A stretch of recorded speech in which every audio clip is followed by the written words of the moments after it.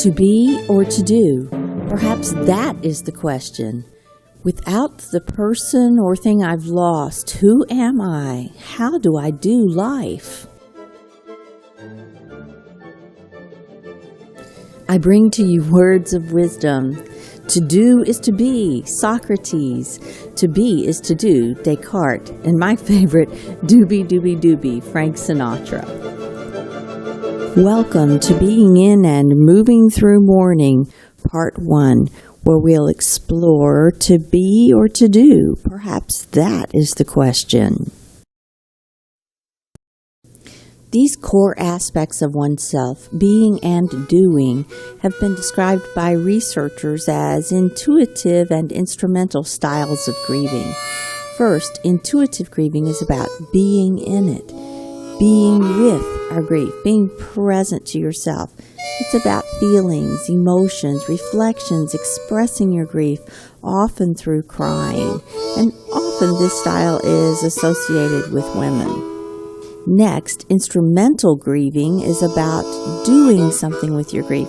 It's more cognitive and physical. It's about gathering information, analyzing, making decisions, doing things that must take place. These terms help us understand common differences between how, yes, women and men grieve, but also should not be stereotyped, for we all use both intuitive and instrumental styles to cope. Which describes your style best? Being in it. To everything there is a season and time and purpose.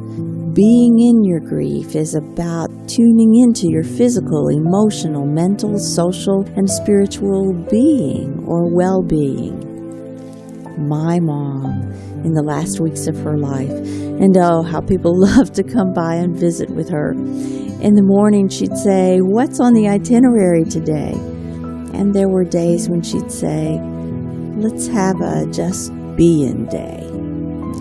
Yes, there are times for quiet, stillness, solitude, times for numbness, times for diverting around the pain for now, times for protecting the healing process, for being with, for going into your grief with mindfulness and meditation. There are times for slowing down and rest. Think about it. The great symphonies always have a slower, reflective adagio movement. Being in it. A quote from another segment that bears repeating. The friend who can be silent with us in a moment of despair or confusion, who can stay with us in an hour of grief and bereavement, who can tolerate not knowing, not curing, not healing, and can face with us the reality of our powerlessness, that is a friend who cares. Who are these friends for you? Are you this kind of friend to yourself? And are you this kind of friend to other family and friends who are grieving the same loss of your loved one, yet mourning in their own deeply personal ways?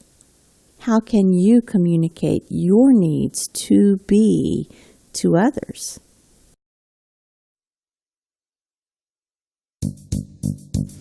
Doing something with it. Instrumental grieving.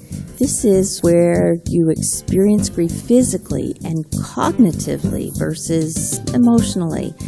In this style, you're gathering information, analyzing options, making decisions, and making plans, and maybe pouring yourself into some type of project or task that's related to the loss. Now, especially to someone who's grieving intuitively, instrumental grieving may appear to others that you are emotionally detached, but it's simply coping with grief in a different, highly important way. Moving through it. Yes, there are times and tasks for accepting the realities of the loss in small bits and pieces, for working through the many different pains of the loss, for adjusting to the environment in your everyday life without that person or thing. and times and tasks for emotionally relocating the loss and moving on with life. How many of you as a child or with your children remember going on a bear hunt? Can't go over it, can't go under it, can't go around it, gotta go through it. Thanks for joining us. Would you like to make this online learning series available for the persons you or your organization serves who are grieving a loss? Contact us to explore your needs with a personalized demo at joy@composinglife.com or 502-593-3911.